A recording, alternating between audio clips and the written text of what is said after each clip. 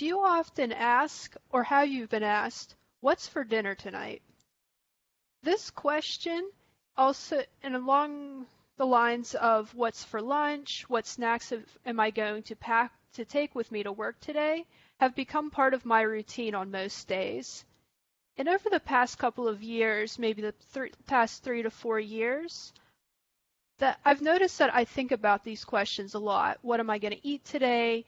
And what I'm going to eat? When am I going to eat? When am I going to have breakfast, lunch, and dinner?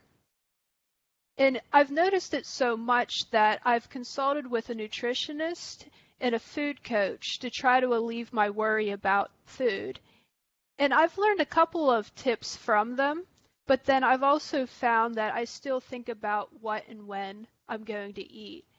And recently I've been researching weekly meal planning to see if that will help kind of alleviate the stress that I have around food and meals.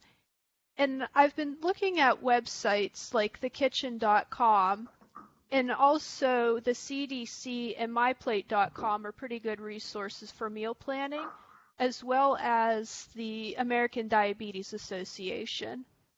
And today I'll share some of the parts of my proposed meal plan, including some of my requirements and some of the steps that I've included in my plan, as well as the benefits that I expect from it. The first things that I've considered when putting my plan together are my nutritional requirements, how much protein, carbs, vegetables, and fruits I need in a day, and then also the fact that I prepare most of my food at home. And when I started to look online for meal plans, I noticed that a lot of the top websites that would come up are based off of pre-made meal plans like Blue Apron, where you can subscribe to a plan where they send food to you, that you pick your meals and they send it through you throughout the week, or that they were trying to get me to try out new recipes on their website, and even fancy colorful meal guides that I could download and fill in.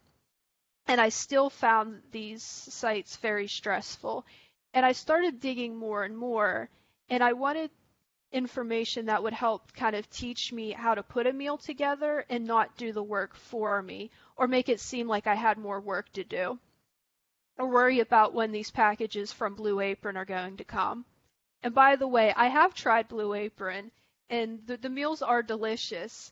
And that's one of the things that I've come across to thinking about this plan is I don't have to go it alone, that it is okay sometimes to get help and to try out new recipes from Blue Apron.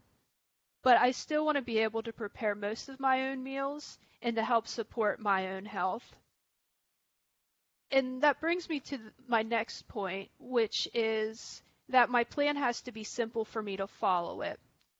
I made a list of recipes that I know and that I like, and that's what I'm sticking to for now. Many of the websites, and this includes the kitchen and the websites that are more geared towards new recipes, encourage you to add new recipes to your meal planning in order to add variety, but I found that that was a bit overwhelming to me as well, and that I started collecting a folder of a bunch of unused recipes. While they might be exciting, they don't help the fact that I haven't actually looked at them and haven't used them. So I decided to stick with what I know and to add in a little bit of new foods to try, a little bit at a time. For example, this week I've been adding little sweet peppers to my salads for lunch, and they've been pretty good. And it was just a small addition. I didn't have to plan a brand new salad. It was just one small little thing to add some variety. I also want to bring back batch cooking into my plan. A few years ago, I started stocking different types of nutrients. So I would have a variety of proteins, a variety of vegetables, and a variety of carbs on hand. And I would mix and match during the week. And I thought I was free of doing any kind of meal planning, where now I just put together meals for lunch and dinner as I go. but I found that it made me think about food even more than I had remembered maybe 5, 6 years ago. Because now I have all of these options and all the different opportunities that I can have for putting these meals together. And I ended up cooking more, thinking about food more, and even changing my mind throughout the day. I would start off like, well, that sounds really good for lunch, maybe an egg salad sandwich with an orange. But then I'm like, well, I also have bananas. Maybe bananas would taste better than that orange I was originally planning on. So that got to be too much for me. Then I went back to thinking about what worked for me in the past. And I remember in graduate school, I used to cook either soup or chili over the weekend and that I can eat throughout the week. And it didn't, and I realized that it wasn't boring. I thought that having this free floating plan of having like the separate components and matching them up throughout the week would give me more variety. But I think I like the idea of having something that I stick with throughout the week. So say it be a chili, a soup, or kind of a meat with different sides. Isn't actually as bad as I thought it would be. And going back to graduate school, I remember that I could focus a lot more on my classes, on the work that I was doing in the lab, rather than what am I going to eat and how am I going to prepare it. And in my current plan, I want to be able to cook meals that I can eat for at least 3 to 4 days at a time, so that I don't have to do this constant cooking and preparing food. In the highlights of my plan, or over the weekend, I've been starting to look at what my week ahead looks like. So what meals do I need to make and how much time I have to prepare each meal? Can I try something complicated I might not have tried in a while? I look around my apartment in ads to look at what food is available and then start building recipes on that food and fill in my breakfast, lunch, and dinner, at least for Monday through Friday. I figure out the food that I need to buy and I go out and buy it over the week after I have that plan in place, and then prepare most of it on Sundays, cooking maybe the main parts of the meal through Monday through Wednesday or Friday, and then on Wednesday or Thursday going and kind of doing either like not a restock, but building back up and maybe cooking a couple more things for the rest of the week.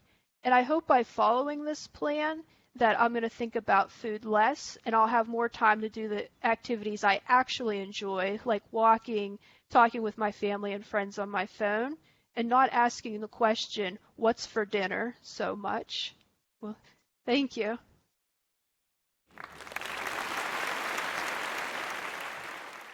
So, Nikki, I really enjoyed your topic today about meal planning. Based on what I have heard from the internet, meal planning and laundry are two of the biggest woes that people have for some reason. I don't know why. I love both. But you marked out a very articulate plan on how you were going to get started on meal planning, how you were going to add in different things so it wasn't the same thing over and over again, and then how it was going to benefit you. Nikki, I feel like you really excel at facial expressions and vocal variety.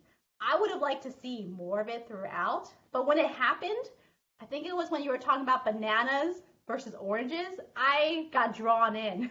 Once you started, changing up the facial expression and that vocal variety, it really helped to bring your speech to life. So I would say to put those more throughout your next speech. I also liked your organization. You did give us a little backstory. You laid out some steps or some things that we could look forward to in this speech. And I heard that you were going to tell us about the setup, the steps, and the benefit. Unfortunately, I think that the benefit section got cut short and there was much more on the first 2 points. And I would have personally liked to hear more about benefits so that I could be then inspired, not that I need it, but that other people could be inspired to meal plan because it has all these great health benefits. So I would say the organization was good, but it was a little weighted toward the first two.